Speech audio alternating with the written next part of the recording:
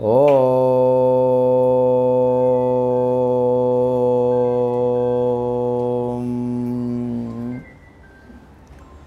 ఓం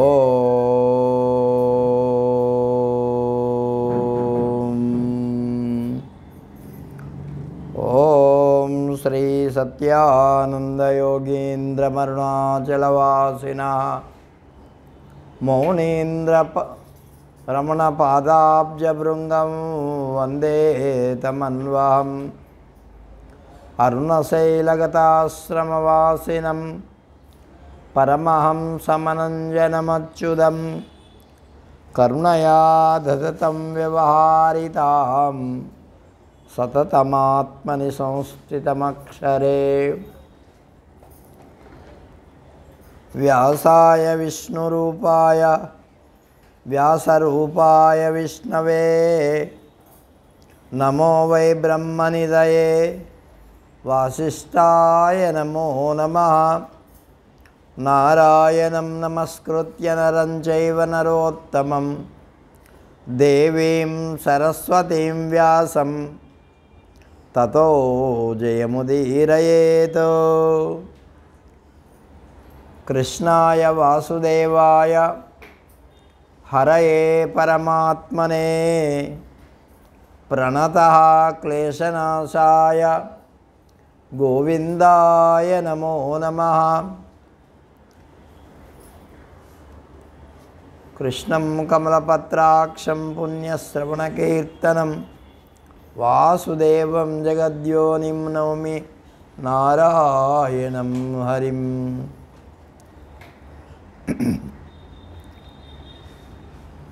భగవాన్ శ్రీ సత్యానంద మహర్షుల వారి చరణారవిందాలకు ప్రణామాలు అర్పిస్తూ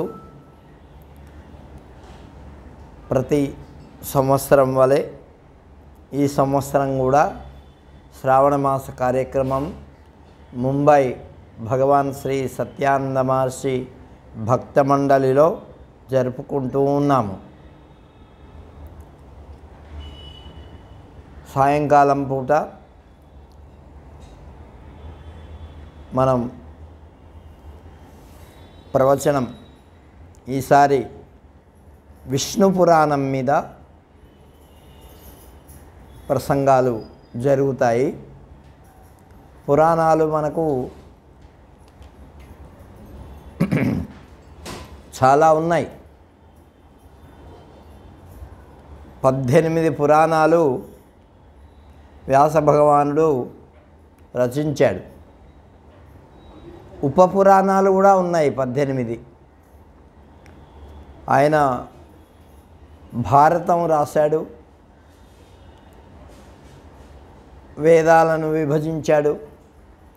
ఉత్తరమీమాంస, పూర్వమీమాంస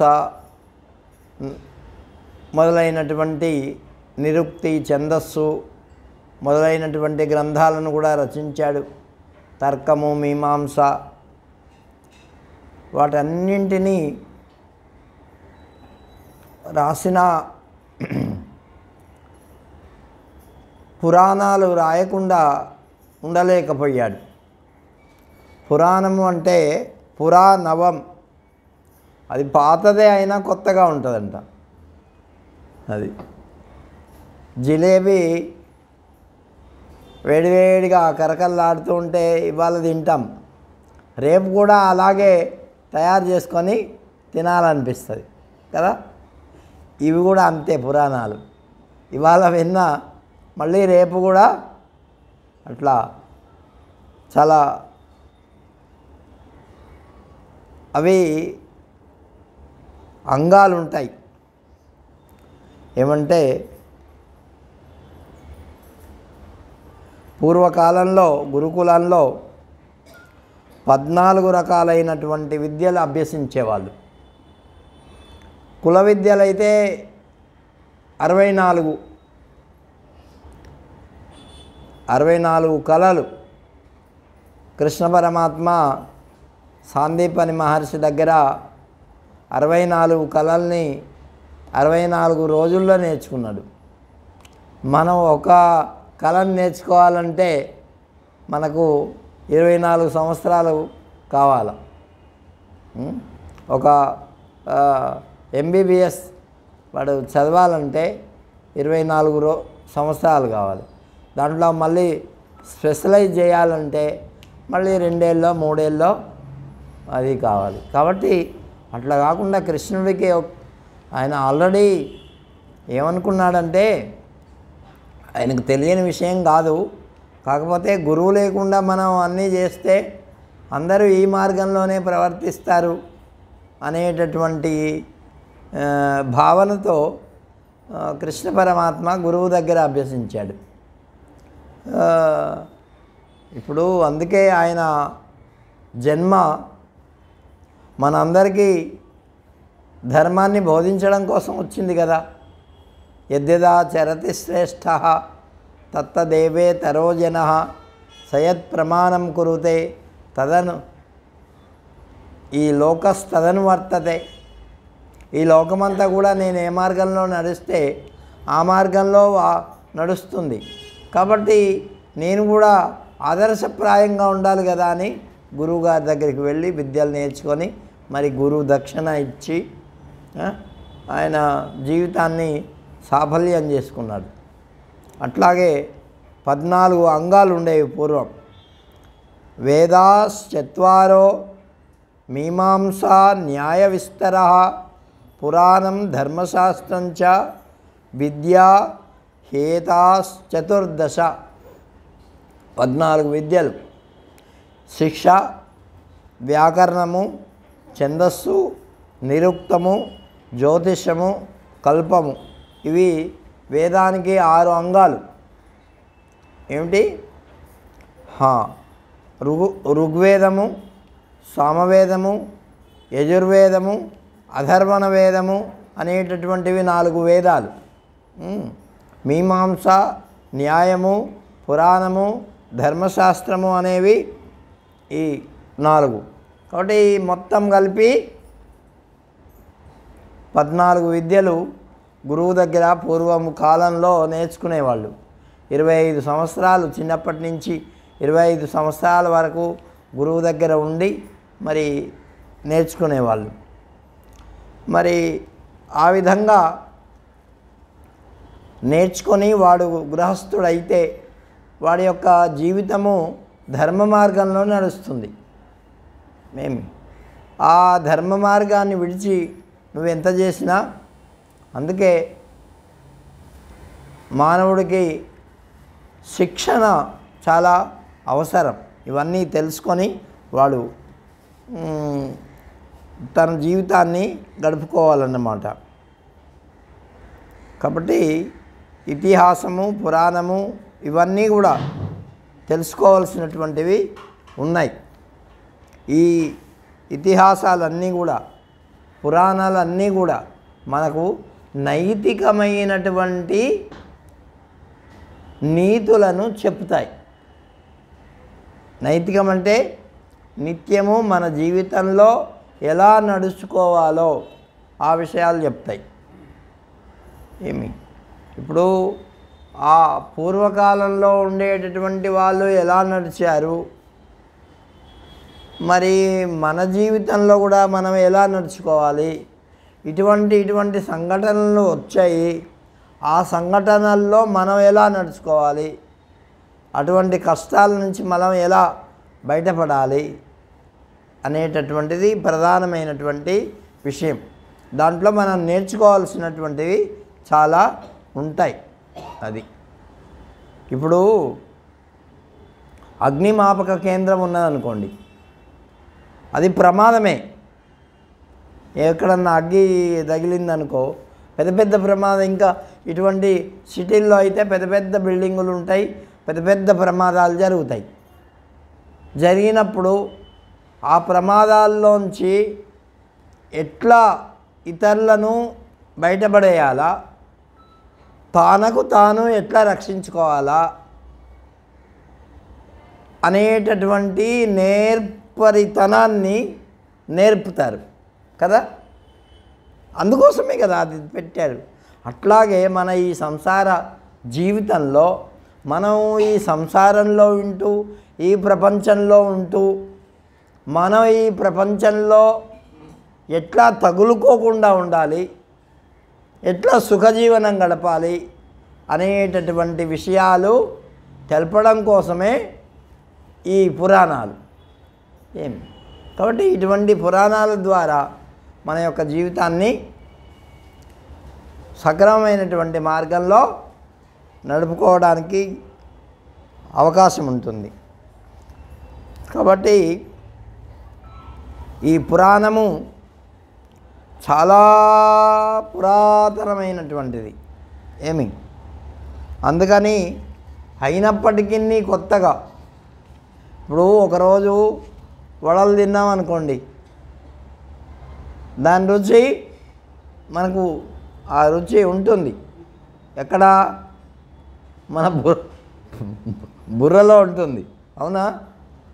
అదే దాన్నే ఏమన్నారు, వాసన అన్నారు. కాబట్టి అది తర్వాత మళ్ళీ జ్ఞాపకం వచ్చినప్పుడు మళ్ళీ అటువంటివి చేసుకుంటే బాగుండును, మొన్న చాలా బాగున్నాయి, అటువంటి వృత్తి ఉంటుందా లేదా మనకు?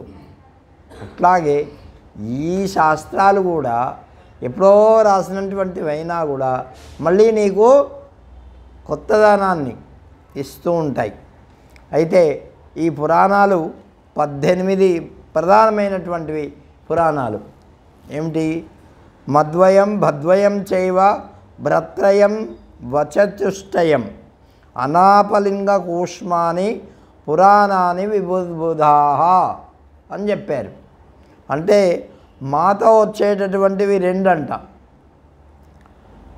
భాతో వచ్చేటటువంటివి 2, మరి ఉట్టు బ్రాతో వచ్చేటటువంటివి 3, వాతో వచ్చేటటువంటివి 4, ఆతో వచ్చేటటువంటివి, తర్వాత ఈ విధంగా కూతో వచ్చేటటువంటివి అన్నీ కలిపితే మొత్తం 18.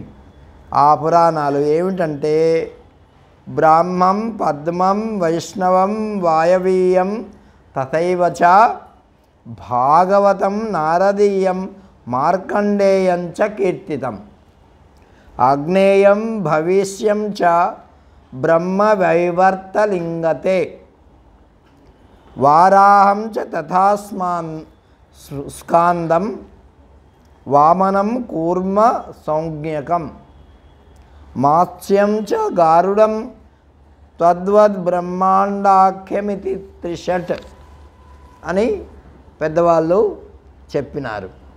ఈ 18 పురాణాలు అద్భుతమైనటువంటివి. మొదటిది వైష్ణవం, నారదీయం, భాగవతం, గారుడం, వారాహం, పాద్మం అనేటటువంటివి. ఇక బ్రహ్మాండం, బ్రహ్మవైవర్తం, మార్కండేయం, భవిష్యం, వామనం, బ్రాహ్మం అనేవి 6. ఇంకా మాత్స్యం, కౌర్మం, లైంగం, వాయవీయం, స్కాందం, ఆగ్నేయం అనేటటువంటివి 6. మొత్తము 18 పురాణాలు. ఈ పురాణాల్లో ఒక్కొక్కరికి ఒక్కొక్క పురాణము చెప్పబడింది. ఇక ఉప పురాణాలు కూడా ఉన్నాయి మళ్ళీ 18. అవి కూడా మీరు తెలుసుకోవాలి. ఎందుకంటే ఇవేనా అనకుండా వాటి యొక్క వివరాలు తెలుసుకోవాలి. సనత్కుమారం, నారసింహం, స్కాందం, శివధర్మం, దౌర్వాసం, నారదోక్తం, కాపిలం, వామనం, ఉషశన ప్రోక్తం, బ్రహ్మాండం, వారుణం, కాళికాపురాణం, మాహేశ్వరం, సాంబం, సౌరం, పరాశరోక్తం, మారీచం, భాస్కరం. ఇవి 18 ఉపపురాణాలు. జ్ఞాపకం పెట్టుకోండి. ఇక్కడ నుంచి వినేసి మళ్ళీ ఇక్కడ ఉండగానే మర్చిపోతాం అనుకో. అట్లా కాకుండా పురాణం అటువంటివి మరి చూడాలన్నమాట. ఇక బ్రహ్మపురాణంలో 10,000 శ్లోకాలు ఉన్నాయి. ఎన్ని ఉన్నాయి? 10,000. జ్ఞాపకం పెట్టుకోండి. పద్మపురాణంలో 55,000 ఉన్నాయి. ఇవన్నీ ఎవరు రాశారు? వ్యాస భగవానుడే రాశాడు. విష్ణు పురాణం 23,000 ఉన్నాయి. ఇప్పుడు మనం ఇవాళ తెలుసుకునే పోయేటటువంటి పురాణం ఏంటి? విష్ణు పురాణం. దాంట్లో ఎన్ని ఉన్నాయి? 23,000 ఉన్నాయి. అంతవరకన్నా జ్ఞాపకం పెట్టుకోండి. కాబట్టి వాయు పురాణం 24,000, భాగవత పురాణం 18,000, నారద పురాణం 25,000, మార్కండేయ పురాణం 9,000, అగ్ని పురాణం 15,400. ఏమి మరి భవిష్యత్ పురాణము 14,500, బ్రహ్మవైవర్త పురాణం 18,000, లింగ పురాణం 11,000,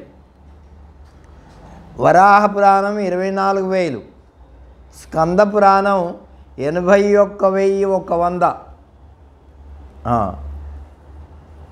వామన పురాణం 10,000, కూర్మ పురాణం 17,000, మత్స్య పురాణం 14,000, గరుడ పురాణం 19,000. ఏమి బ్రహ్మాండ పురాణం 12,000. అన్నీ కలిపితే 4 లక్షల శ్లోకాలు అయినాయి. ఎన్ని? ఇవన్నీ ఎవరు రాశారు? వ్యాస భగవానుడు రాశాడు. 4 లక్షలు. ఇక భారతం 1,00,000 శ్లోకాలు. అది వేరే, దీనికి సంబంధం లేదు. ఏమి అయితే కొన్ని ఏమైనాయంటే ఒకరే వ్యక్తి ఒక్కొక్క సందర్భంలో ఒక విషయం చెప్పేటప్పుడు ఒక్కొక్క రకంగా చెప్తాడు కదా. ఒకే రకంగా చెప్పాలని ఏమీ లేదు. ఇప్పుడు మన ఇంటికి పోయిన తర్వాత స్వామి ఇవాళ పురాణాల గురించి చెప్పాడు. ఏం పురాణం ఎంత? మీరు ఒక రకంగా చెప్తారు, ఇంకా మరొక రకంగా చెప్తారు. అవునా? ఒకే రకంగా ఒకవేళ ఒకరే చెప్పినా కూడా సేమ్ టు సేమ్ చెప్పరు. ఇప్పుడు ఇంటికి పోయిన తర్వాత మా ఇంట్లో ఉండేటటువంటి వాళ్ళు అమ్మ అడిగింది అనుకో ఒక రకంగా చెప్తావు నువ్వే. మన నాన్న అడిగాడు అనుకో మరొక రకంగా చెప్తావు కదా. అదే మీ తమ్ముడు అడిగాడు అనుకో మరొక రకంగా, అంటే ఎక్కడి నుంచి ప్రారంభిస్తావో నీకు తెలీదు, చెప్తావు అవే విషయం, కానీ వెనక ముందలు అవుతూ ఉంటాయి. అవునా? అట్లాగే వ్యాస భగవానుడు చెప్పేటప్పుడు కూడా కొన్ని సందర్భాల్లో కొన్ని విషయాలు వెనక ముందులైనాయి. ఒకే రకంగా చెప్పడం. ఇవాళ నేను చెప్పినటువంటి ఉపన్యాసము సేమ్ టు సేమ్ చెప్పాలంటే నేను చెప్పలేను, నన్ను పుట్టించిన బ్రహ్మదేవుడు కూడా చెప్పలేడు. చెప్తాడా? చెప్పలేడు. అది సహజం. కాబట్టి అట్లా మరి వ్యాస భగవానుడు చెప్పినటువంటి ఈ వేదాలు, ఈ పురాణాలు ఏమి ఆ సంఘటనలను బట్టి వాటి వేరువేరుగా, అరే మరి భాగవతంలో ఇట్లా ఉన్నదే, ఈ హరివంశంలో ఇట్లా ఉన్నదే అని మనం అనుకోవచ్చు. అవి తేడా వస్తూ ఉంటాయి. తర్వాత మనం చెప్పేటప్పుడే ఇలా వచ్చినప్పుడు మరి ఇప్పుడు మన్వంతరాలు చాలా జరిగినాయి కదా మనకు. ఒక్కొక్క మన్వంతరంలో ఒక్కొక్క రకంగా చెప్పి ఉండవచ్చు, ఒక్కొక్క రకంగా జరిగి ఉండవచ్చు. మనం అనుకుంటాం ఇవాళ ఓ సేరు బియ్యం పెట్టాం, అన్నం వండాం, అరే రేపు కూడా ఇట్లాగే వండరా అంటే అట్లా అన్నము రాదు. వస్తుందా? కొద్దిగా నీళ్ళు ఎక్కువన్నా అవుతాయి, తక్కువన్నా అవుతాయి, మెత్తగన్నా అవుతుంది, లేకపోతే గట్టిగా అవుతుంది. అవుతుందా కాదా? అదన్నమాట. కాబట్టి ఈ విధంగా కొద్ది తేడాల్లో ఒక్కొక్క పురాణంలో ఒక్కొక్క విధంగా చెప్పబడ్డాయన్నమాట. అయితే పురాణాలు ఏం చేస్తాయి మానవుణ్ణి అంటే పవిత్రుణ్ణి చేస్తాయి. ఎట్లాగయ్యా? వాళ్ళ యొక్క చరిత్రలు, వాళ్ళ యొక్క కథలు మనం వింటే మనల్ని ఎట్లా పవిత్రం చేస్తాయి? ఇప్పుడు ఇత్తడి చెంబు ఉందా అనుకో, ఇత్తడి చెంబు, దానికి చింతపండు తగిలింది, ఏమవుతుంది? అదే ఇప్పుడైతే కోల్గేట్ పౌడర్ ఉందా అనుకో, రాగి చెంబ ఏమవుతుంది?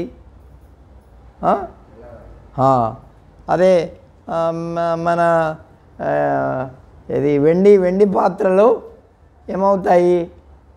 తెల్లగా అవుతాయి కదా. అట్లా వాటి యొక్క సంస్పర్శ చేత అవి ఏం చేస్తున్నదంటే మనకేం కనిపించదు. ఏం చేస్తున్నది అది? దానికి తగిలినంత మాత్రం చేత ఏం చేసింది? మీరేమైనా చెప్పగలరా? అట్లాగే ఈ పురాణాలు విన్నంత మాత్రం చేత ఏం చేస్తాయి? మనల్ని, మన మనస్సుని పవిత్రం చేస్తుంది. మన మనస్సులో ఉండేటటువంటి వాసనలు, కల్మషాలన్నింటినీ కూడా పోగొడుతుంది. యథా పాపాని పూయంతే గంగావారి విగావాహనాతో, గంగాజలంలో మనం స్నానం చేస్తే మన శరీరానికి పట్టినటువంటి మలినం పోతుందా? పోదా? కొన్ని చోట్ల జలం కొద్దిగా మురిగ్గా ఉంటే మనకే చేయబుద్ధి కాదు కదా, అయినా కూడా చేస్తాం ఇది పవిత్రమైంది అని, అవునా? కాబట్టి అట్లా ఈ పవిత్రమైనటువంటి భావన మనకు ఉంటే మన మనస్సు ఏమవుతుంది? మన మనస్సు శుద్ధమవుతుంది, పవిత్రమవుతుంది. మన భావనను పవిత్రం చేయడమే పురాణానికి ప్రయోజనం. అది మన భావనను, అది ఈ విషయంలో ఇలా ఉంది, ఇలా ఉంటే ఇలా ఉంటుంది అని మన భావనను, మన మనస్సుని పవిత్రం చేస్తుంది. ఈ పురాణ శ్రవణం వల్ల ఏ విధంగానైతే నీటిలో స్నానం చేస్తే, గంగానదిలో స్నానం చేస్తే మన పాపాలు, ఈ మట్టి పోవడం సహజం, అందరికీ తెలుసు. మన పాపాలు పోతాయని ఎట్లా తెలుసు చెప్పండి? ఎవరికన్నా ఏమయ్యా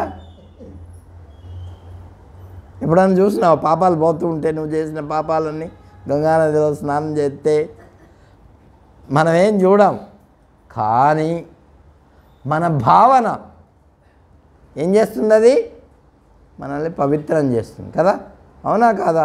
ఆ నీళ్ళు తేగానే మరి ఎక్కువ లేకపోతే చల్లుకుంటాం, మనం పవిత్రమైపోయినామని తలుస్తాం.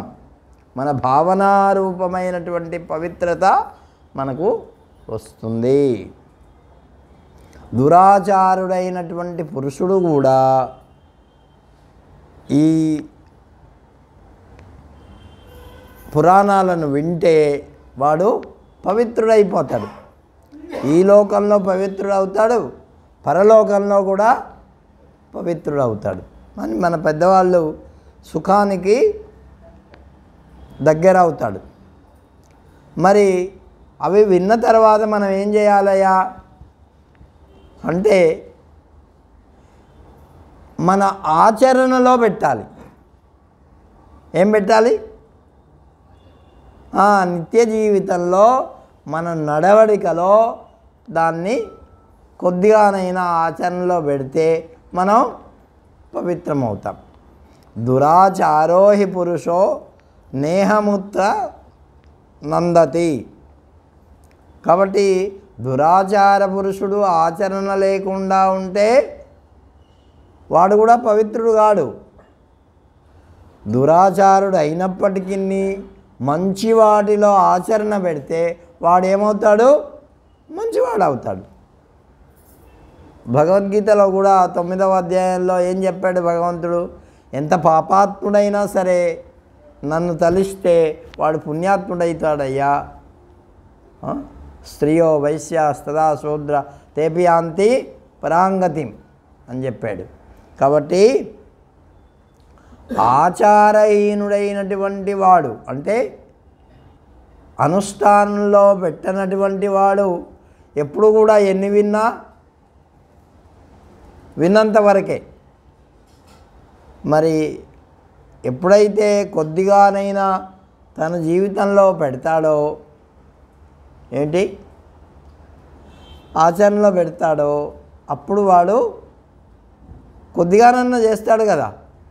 అరే ఇది మనం చిన్నప్పటి నుంచి విన్నవే, మన అమ్మ దగ్గర, పక్క వాళ్ళ దగ్గర అవి విన్నవే కదా. మన ఇది చేయకూడదు, అది చేయకూడదు, చిన్నపిల్లలకు కూడా మనం చెప్తూ ఉంటాం కదా, అవునా కాదా? చెప్తూ ఉంటాం. ఎవరితోనన్నా పెద్దవాళ్ళతో కొద్దిగా గట్టి శబ్దంగా మనం మాట్లాడారనుకోండి మన చిన్నపిల్లలు, అరే నువ్వు అట్లా మాట్లాడతావు, పెద్దవాళ్ళతో అట్లా మాట్లాడకూడదు నాయన, వాళ్ళు పెద్దవాళ్ళు నీకంటే అని చెప్తాం మనం. అంటే మనం నేర్పుతాం అన్నమాట వాళ్ళకి. ఏంటి అట్లాగే ఈ పురాణాలు ఉన్నాయే ఇటువంటివే మనకు ఏం చేస్తాయి, మంచిని నేర్పుతాయి అన్నమాట. మన కోపం వచ్చినప్పుడు మనం ఎలా తయారవుతాం, ఇదిగో అటువంటివి వాళ్ళకు వచ్చినాయిరా, వాళ్ళు అట్లా అయిపోయినారు, నువ్వు కూడా వస్తే నీవు కూడా ఇట్లా అయిపోతావు, కాబట్టి ఆ కోపాన్ని నువ్వు తగ్గించుకో, వాడు కోరికలతో అట్లా ఉన్నాడు, అందుకని వాడు అట్లా అయిపోయినాడు, నువ్వు కూడా కోరికలు తగ్గించుకో అని చెప్పేవే అది సోదాహరణంగా. ఇట్లా చెప్పగలిగినటువంటి అవి మనం మన ఆచరణలో పెట్టుకుంటే మనకేమవుతుంది,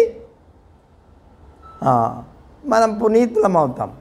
లోభం ఇంత లోభంతో ఉన్నాడురా వాడు, మరి ఆ లోభంతో ఉండి ఇట్లా పాడైపోయినాడు. ఏమి ఇప్పుడు దుర్యోధనుడు ఉన్నాడు అనుకో, మహాభారతంలో వాడు లోభమే వాడికి ప్రధానమైన కారణం. ఏంటి, ఇతరుల సొత్తు ఆక్రమించాలని, అపహరించాలని. కాబట్టి ఆ ఇతరుల యొక్క సొత్తును అపహరించాలంటే ఏమైపోయినాడు వాడు, ఆ లోభం చేత సర్వనాశనము అయిపోయాడు. ఇవి చెప్పేవి చరిత్రలు అన్నమాట. ఇటువంటి చరిత్రల ద్వారా వాళ్ళను చూపించి మన జీవితంలో కూడా అటువంటివి రాకుండా చేయడం కోసం ఈ పురాణాలు. అర్థమైందా?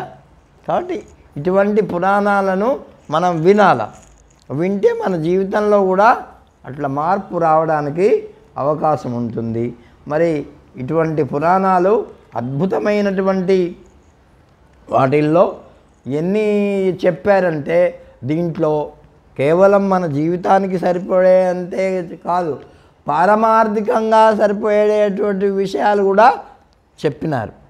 కేవలం ఈ లోకంలో పనికొచ్చేవి, వ్యవహార్యము, వీళ్ళతో ఎట్లా మెలగాల, వాళ్ళతో ఎట్లా మెలగాల, అత్తమామలతో ఎట్లా మెలగాల, బంధువులతో ఎట్లా మెలగాల, పొరుగు వాళ్ళతో ఎట్లా మెలగాల, మనకంటే పెద్దవాళ్ళ గురువులతో ఎట్లా మెలగాల, ఇవన్నీ చెప్పి ఇది ఒకటే కాదు నాయన, పరలోకం అనేటటువంటిది కూడా ఒకటి ఉన్నది, అక్కడ కూడా నువ్వు ఇలా మెలిగితే ఇలా తయారవుతావు, నీకు అక్కడ సుఖం లభిస్తుంది అని పురాణాల్లో మనకు బోధించినారు. కేవలం ఇక్కడ ఉండే వ్యవహారమే. అందుకే మన వాళ్ళు ఈ లోకంలో పెద్దవాళ్ళతో ఎట్లా మెలిగితే మంచిదో అది చెప్పి అట్లా మెలిగేటటువంటి వాళ్ళు, అరే నీకు పుణ్యం వస్తుందిరా అని చెప్పాడు. ఏంటి పుణ్యం వస్తుందా అంటే, పుణ్యం అంటే మనకు ఇప్పుడు చిన్నపిల్లవాడికి అరే నీకు మంచి మామిడి పండు ఇస్తారా, ఈ పని చేయరా అంటే వాడు చేసి పెడతాడు కదా. దేనివల్ల, ఆ మామిడి పండు తినాలని వాడికి ఆశ. అట్లాగే మనకు కూడా ఈ లోకంలో ఇది చేస్తే నీకు పరలోకంలో కూడా మంచి ఫలితం వస్తుందిరా. అవును వస్తుంది, నిజమే, అందులో సందేహం పడాల్సినటువంటి అవసరం లేదు. అందుకే పూర్వకాలంలో బావులు తవ్వించడం, మరి సత్రాలు కట్టించడం, అన్నదాన చేయడం, ఇవన్నీ చేసేవాళ్ళు. అవునా? ఇప్పుడు ఎవడన్నా చేస్తున్నాడా? ఒక్క అన్న సత్రం లేదు, ఒక్క నీళ్ళ సత్రం లేదు, ఒక్కటి ఏదో పునరావాస కేంద్రాలని వాళ్ళు గవర్నమెంట్ వాడు చేయాల్సిందే తప్ప ఎప్పుడన్నా చేస్తాడు వాడు కూడా. ఏదన్నా సంకటం వచ్చినప్పుడు, ఏదో తుఫాన్లు వచ్చినప్పుడో, వరదలు వచ్చినప్పుడో, లేకపోతే ఇంకేమన్నా అయినప్పుడో చేస్తాడు. కాబట్టి వాడు పుణ్యం వస్తుందని చేస్తాడా? ఏదో మాకు ఓట్లు వేయడానికి చేస్తాడు వాడు. అంతే తప్ప ఇదేం కాదు. కాబట్టి ఈ దీంట్లో అటువంటి పారమార్థికమైనటువంటి సత్యాన్ని కూడా దేంట్లో ఈ పురాణాల్లో చెప్పారు. అందుకని మనం పురాణాలు వినాలన్నమాట. ఈ పురాణాలు మరి అందరికీ అవగతం అవుతాయా అంటే వేదం చెప్పారు, వేదం ఎవరికి అర్థం కాదు. మరి ఈ పురాణాలు అర్థమవుతాయంటే కథల రూపంలో చెప్పారు. అది ఇట్లయితే అందరికీ అర్థమవుతాయి. దీంట్లో ఏమేం చెప్పారు ఇంకా అంటే ధార్మికంగా చెప్పారు, ఆధ్యాత్మికంగా చెప్పారు, చైతన్యవంతుల్ని చేయడానికి చెప్పారు. మొత్తం 18 పురాణాల్లో మరి 4 లక్షల శ్లోకాలతో వ్యాస భగవానుడు మనందరికీ చెప్పాడు. ఈ పురాణాల్లో లేనటువంటి విషయాలు ఈ ప్రపంచంలో మరెక్కడా ఉండవు. ఇవే ఉంటాయి. ఏమి ఇంతకంటే వేరేవేమన్నా ఉంటాయా? ఏముండవంట చెప్పాడు. అందుకే వ్యాసోచ్చిష్టం జగత్ సర్వం. ఈ జగత్ అంతా కూడా వ్యాసుడు చెప్పినటువంటివే మనం చెప్పుకుంటున్నాం. మన ఆయన చెప్పనివి ఏవి మనం చెప్పుకోవట్లే. కాబట్టి నిగూఢమైనటువంటి తత్వాన్ని, వేదాల్లో ఉండేటటువంటి తత్వాన్ని కూడా ఈ పురాణాల్లో మనకు సమ్మిళితం చేసి చెప్పారు. అందుకే కర్మ యోగం చెప్పారు, భక్తి యోగం చెప్పారు, ధ్యాన యోగం చెప్పారు, జ్ఞానయోగం చెప్పారు. ఇవన్నీ మోక్షానికి సోపానాలని చెప్పారు. ఈ కలియుగంలో భక్తి ఒక్కటే సులభం అని చెప్పారు. కర్మయోగము చేయొచ్చు, తపస్సు చేయొచ్చు, ఎన్నైనా చేయొచ్చు. కానీ ధ్రువుని లాగా మరి హిరణ్యకశిపునిలాగా రావణునిలాగా మనం తపస్సు చేస్తామా? వేల సంవత్సరాలు వాళ్ళు తపస్సు చేస్తారు. మనం ఇప్పుడు చేయలేం. మరి ఈ కలియుగంలో ఏం చేయాలయా అంటే భగవంతుని మీద భక్తి ఉండి భగవంతుని యొక్క నామాన్ని స్మరించాలి. అదొకటే పెద్దది. నువ్వు ఎన్ని ధ్యానాలు, ఎన్ని యోగాలు, ఏం చేసినా అవే. కాబట్టి ఎన్ని యోగాలు చేసిన వాళ్ళు అంటుంటారు కొంతమంది, ఇంకా రామనామం చేయడమేనా, రామరామ అనడమేనా, అదే మోక్షం. ఇంకా వేరే ఎన్ని యోగాలు చేసినా నీకేం మోక్షం లేదు, నువ్వేం చేసినా అది. కాబట్టి ఉపవాస వ్రత శౌచశీలమక సంధ్యోపాసనాది క్రియలను అచ్చపు భక్తిని హరిపుండరీకనైను గొలువంగా లేకుండా ఇవన్నీ వ్యర్థాలని చెప్పాడు. నువ్వు ఉపవాసం ఉండు, దానం చేయి, ధర్మం చేయి, ఇంకేదన్నా చేయి. భగవంతుని మీద భక్తితో చేస్తే అవన్నీ ఫలితాలు వస్తాయి. భగవంతుని మీద భక్తి లేకుండా, గురువు గారి మీద భక్తి లేకుండా నువ్వు చేస్తే అవన్నీ చాలామంది మాకు అవన్నీ కొంతమంది అంటుంటారు, దేవుడు బీవుడు మాకు అవన్నీ ఏం తెలియదండి, ఎవరికన్నా ఆకలిస్తే ఇంత అన్నం పెడతాం అంటుండు. వాడు అది పెడుతున్నాడు కానీ భగవంతునికి చెందుతుందని పెట్టట్లే, ఏదో ఎవడికో పెడుతున్నాం అనుకోండి. అటువంటి వాడికి ఏం ఫలితం రాదు. ఇది భగవంతుని భావంతో పెడుతున్నానంటే వాడికి సరి అయినటువంటి ఫలితము వస్తుంది. అందుకనే గృహస్థులు పాటించాల్సినటువంటి వ్రతాలు, కర్మ విధానాలు అవన్నీ కూడా దీంట్లో. అందుకే పూర్వం ఋషీశ్వరుల కథలు, రాజుల కథలు అవన్నీ గృహస్థుల కోసమే చెప్పినవి. మరి సన్యాసులు కూడా ఉండేటటువంటి వాళ్ళకు కూడా కొన్ని చెప్పబడ్డాయి. ఇటువంటి సన్యాసి ఉన్నాడు, ఇటువంటి మహాత్ముడు ఉన్నాడు, ఇటువంటి గృహస్థులు ఉన్నారు అని. ఇప్పుడు శివచక్రవర్తి ఆయన ఎవరు? గృహస్థుడై రాజు.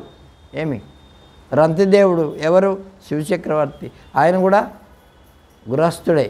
పరీక్షిత్ మహారాజు ఎవడు? గృహస్థుడై. మరి వశిష్ఠ వామదేవాది మహర్షులు అందరూ కూడా గృహస్థులై. కాబట్టి కొంతమంది ఇవన్నీ చెప్పబడినటువంటివన్నీ కూడా గృహస్థుడికి సంబంధించినటువంటివే. వాడు కర్మం చేస్తాడు కాబట్టి కర్మ ఎట్లా చేయాలో చెప్పాడు. తర్వాత దాని ప్రకారంగా దానం కూడా చేయమని చెప్పాడనమాట.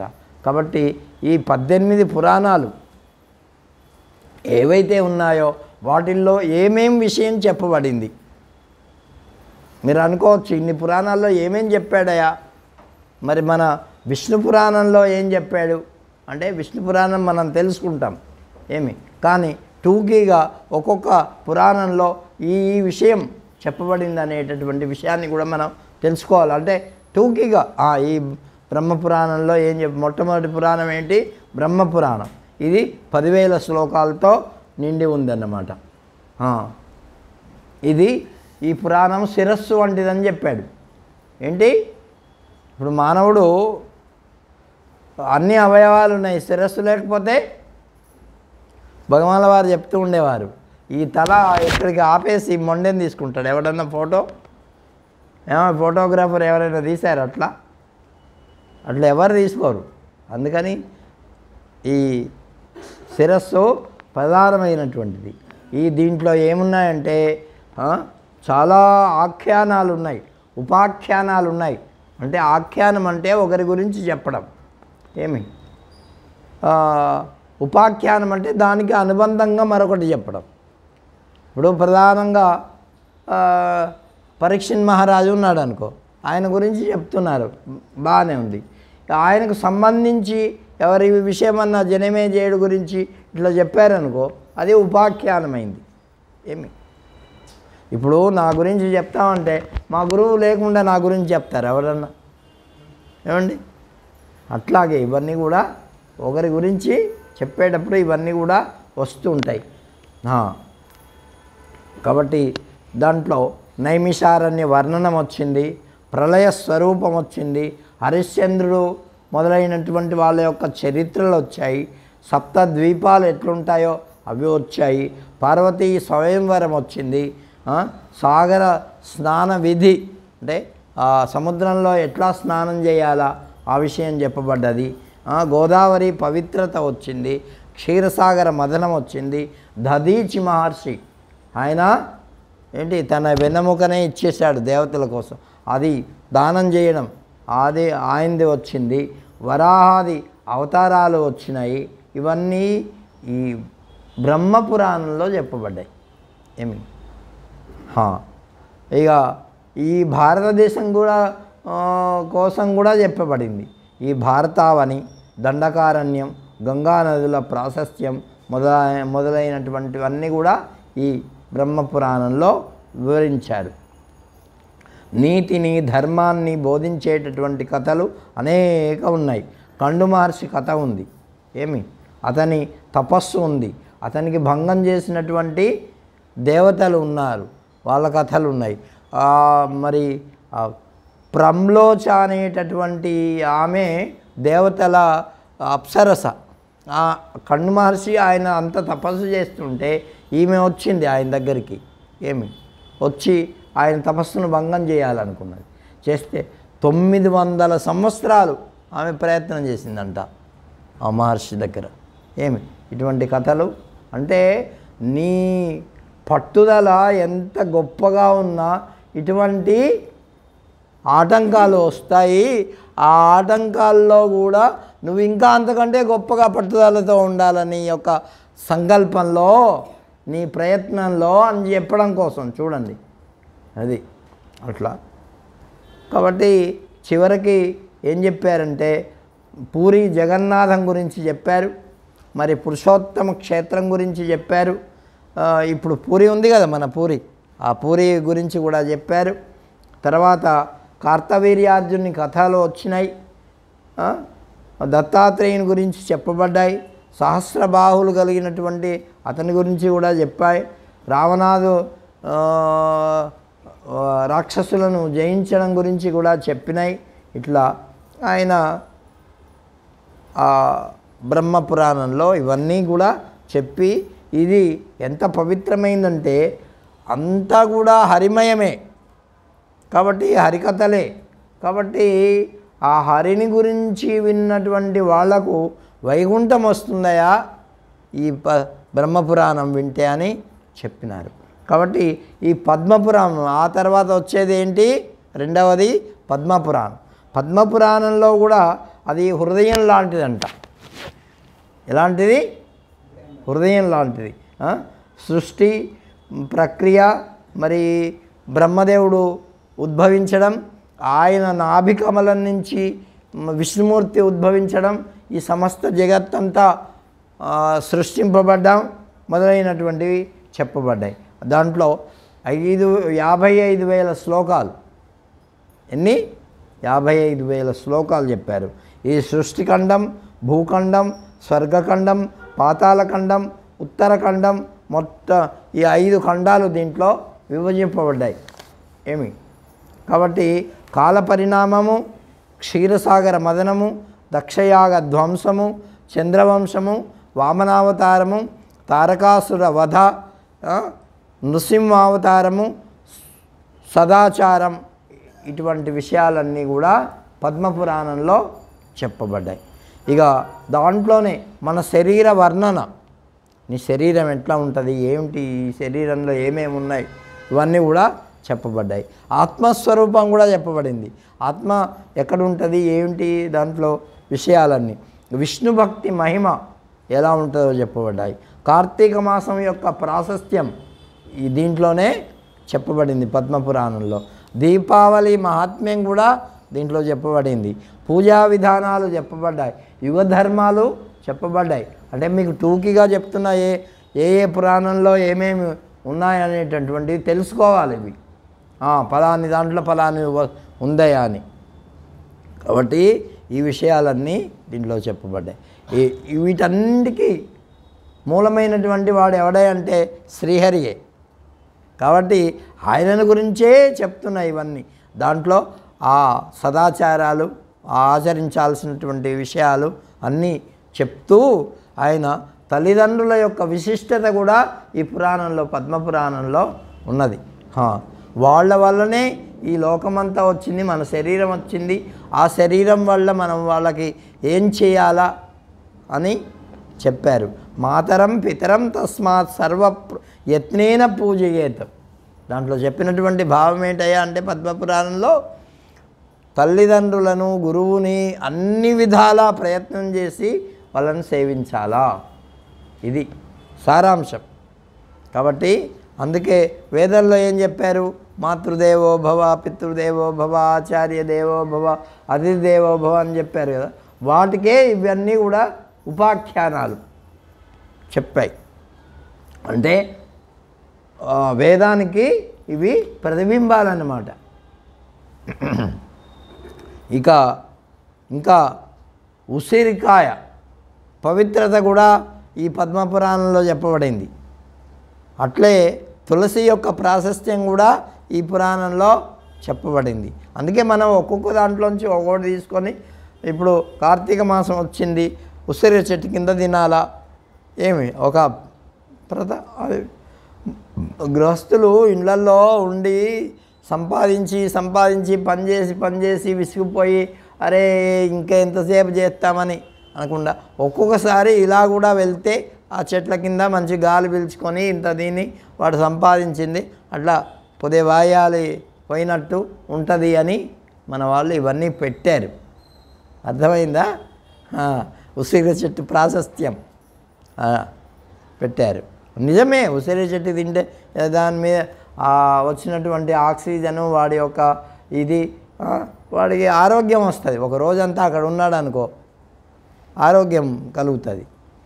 కాబట్టి దాని యొక్క పవిత్రత, తులసి యొక్క పవిత్రత, పురాణ పఠనం ఎందుకు చేయాలి, దాని ఆవశ్యకత ఏంటి, దానివల్ల కలిగేటటువంటి ప్రయోజనాలు ఏంటి, ఈ కలియుగ ధర్మాలు ఏంటి, స్త్రీ పురుషుల యొక్క స్వభావాలు ఏంటి, వాళ్ళ విపరీత ప్రవృత్తులు ఏంటి, ఈ విషయాలన్నీ కూడా దీంట్లో పద్మపురాణంలో చెప్పబడ్డాయి.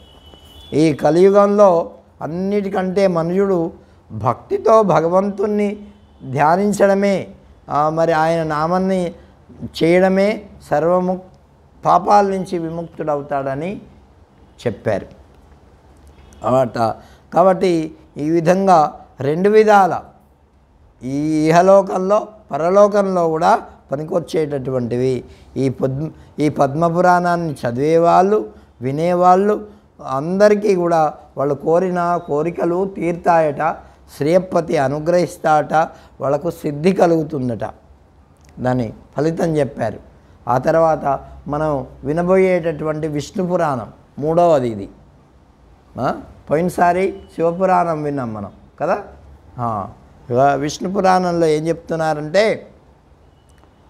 దీంట్లో 126 అధ్యాయాలు ఉన్నాయి. ఎన్ని ఉన్నాయి? 126. ఎన్ని శ్లోకాలు ఉన్నాయి? 23,000 శ్లోకాలు ఉన్నాయి. చాలా గొప్పదైనటువంటిది. దీంట్లో 24 తత్వాలు చెప్పబడ్డాయి. 24 తత్వాలు అంటే ఏంటి? మన శరీరంలో ఉండేవి ఏంటి? కన్ను, ముక్కు, ఈ ఇంద్రియాలు 5, జ్ఞానేంద్రియాలు 5, కర్మేంద్రియాలు 5, వాటి విషయాలు 10. ఎన్నైనాయి అప్పటికి? 20. మనస్సు, బుద్ధి, చిత్తము ఇవి 4. ఎన్నైనాయి అప్పటికి? 24. ఈ తత్వాల గురించి ఈ విష్ణు పురాణంలో చెప్తారు. కాబట్టి ఈ జగత్తు సృష్టి కాలస్వరూపం, కాలం ఎలా ఉంటుంది అనేటటువంటిది. వరాహావతారం, భూ విభజన, ఈ భూమి కూడా విభజించడం ఎట్లా జరిగింది ఆ విషయాలన్నీ, సనకాదుల జననం, స్వయంభూమనువు యొక్క పుట్టుక, తర్వాత దక్ష పుత్రికల యొక్క వివాహం, ఈ ధ్రువ చరిత్ర. ఎవరిది? ధ్రువ చరిత్ర ఈ విష్ణు పురాణంలో ఉంటుంది. నృసింహావతారం, అది కూడా భరతవంశ వర్ణన.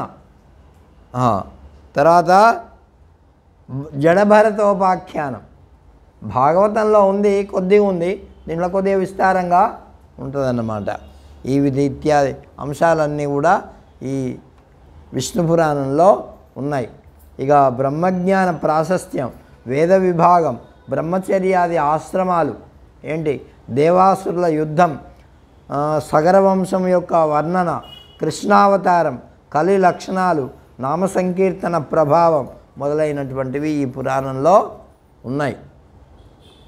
అంతేకాదు ఇది శ్రవణం కీర్తనం వల్ల మనకి ఏమేం కలుగుతాయో అవి కూడా చెప్పబడ్డాయి.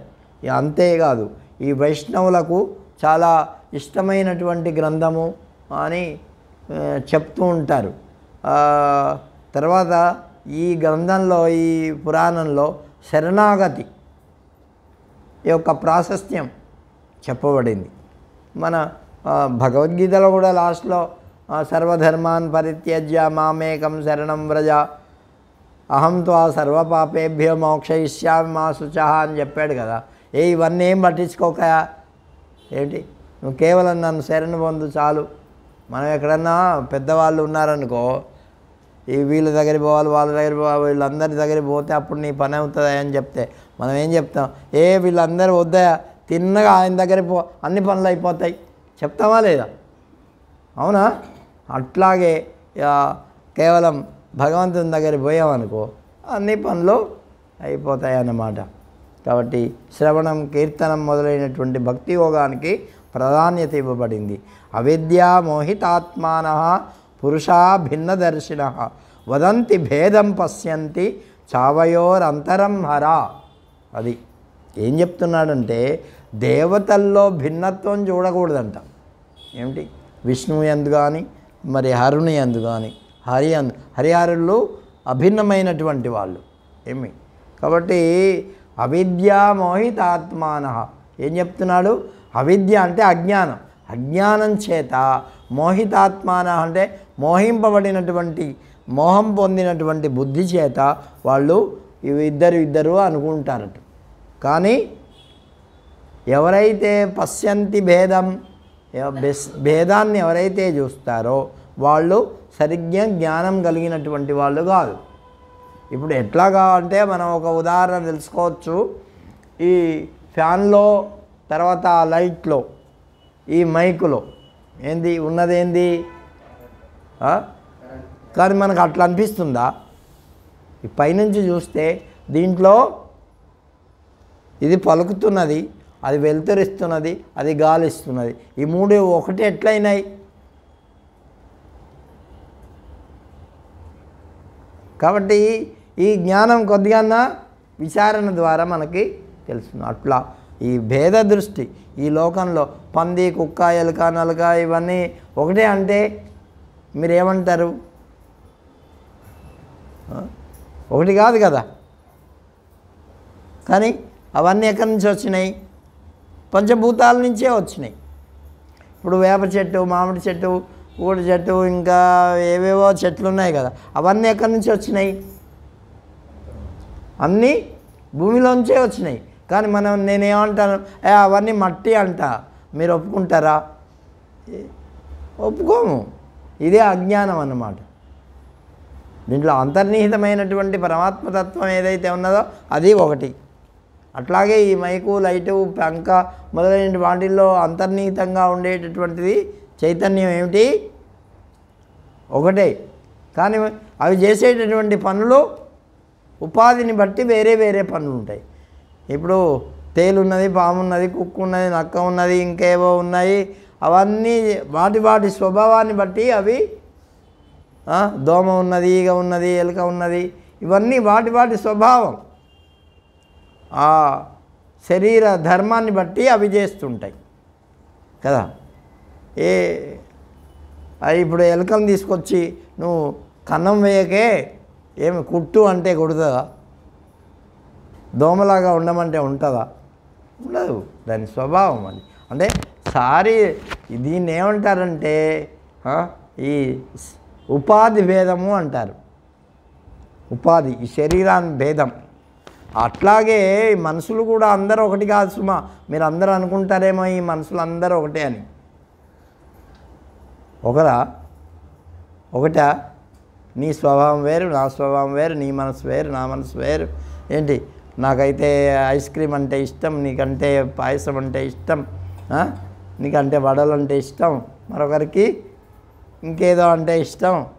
ఇట్లా ఇదంతా ఒకటంటే ఈ భిన్నత్వం ఉన్నప్పటికీ ఈ చైతన్యం మాత్రం ఒకటి అనేటటువంటిది మనం.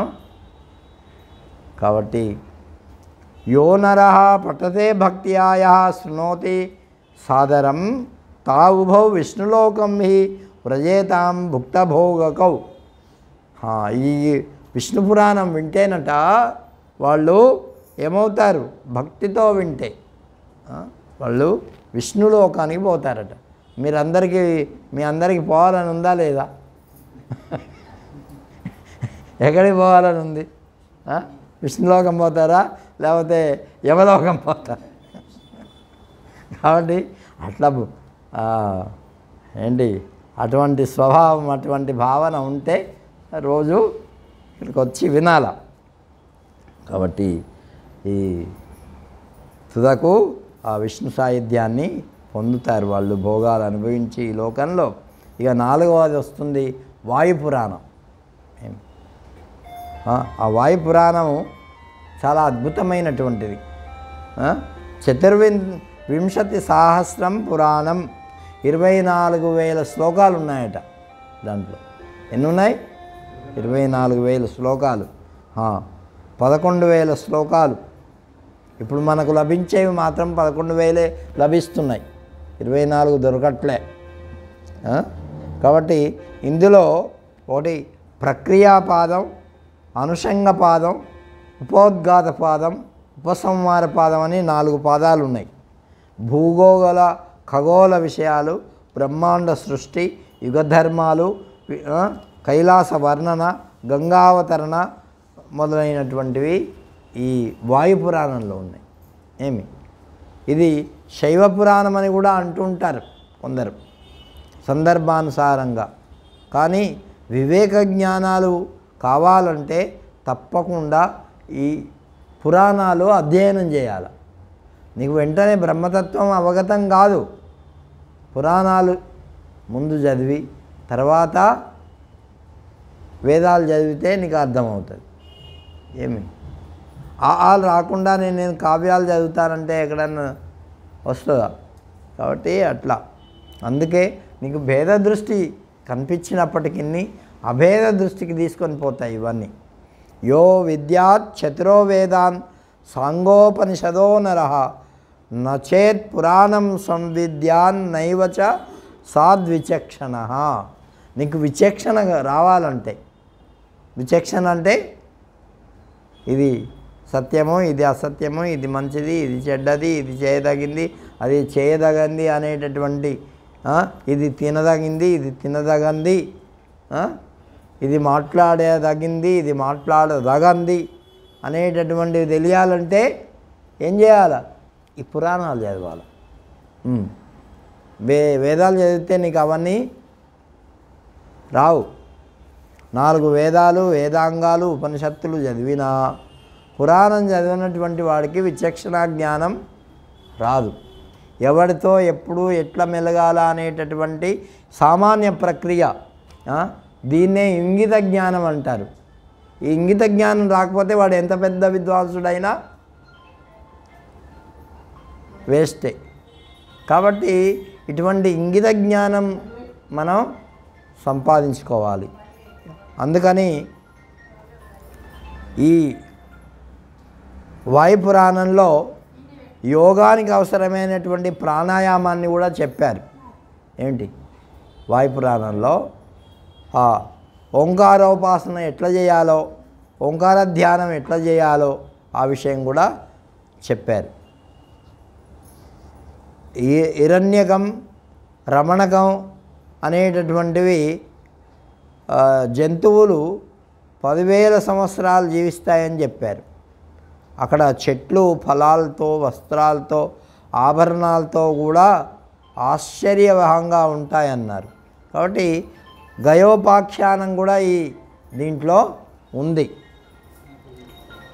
పితరులకు పుత్రుడు రక్షకుడని, మరి ఎంతమంది ఎన్ని రకాలైనటువంటి పుత్రులు కలుగుతారో ఆ విషయం కూడా చెప్పబడి ఉంది. ఎన్నో రకాలు ఉన్నారు కదా, పుత్రులు ఒకే రకంగా ఉండరు కదా.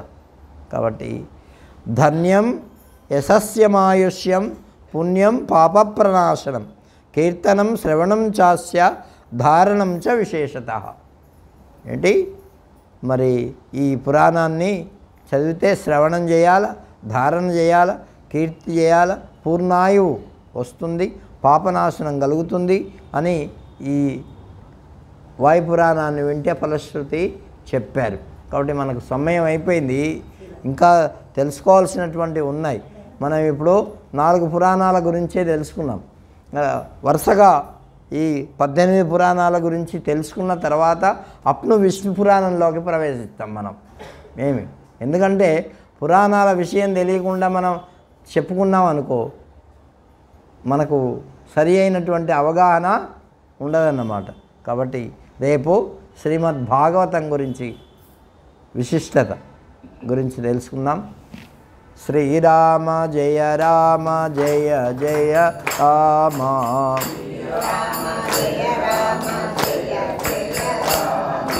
శ్రీరామ జయ రామ జయ జయ రామ.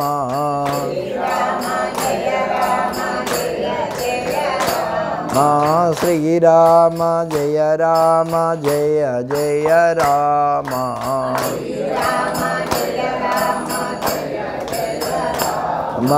శ్రీరామ జయ రామ జయ జయ రామ.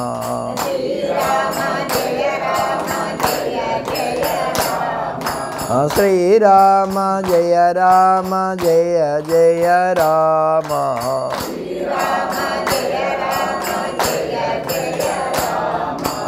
శ్రీరామ జయ రామ జయ జయ రామ.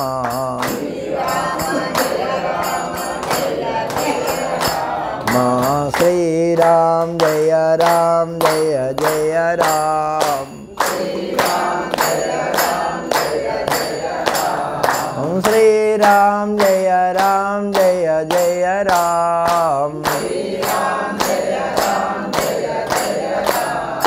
శ్రీరామ జయ రామ జయ జయ రామ. శ్రీరామ జయ రామ జయ జయ రామ. శ్రీరామ జయ రామ జయ జయ రామ. శ్రీరామ జయ రామ జయ జయ రామ. శ్రీరామ జయ రామ జయ జయ రామ.